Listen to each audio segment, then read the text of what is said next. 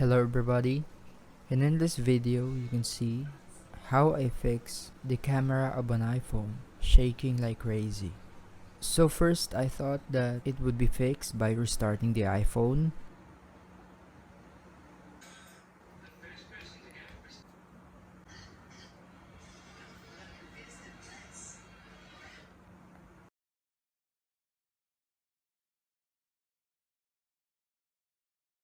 but it doesn't. So what I did, I smacked the iPhone many times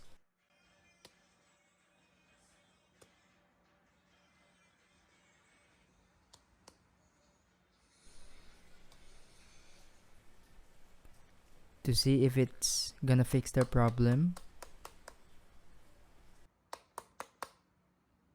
You see that I smacked the iPhone many times.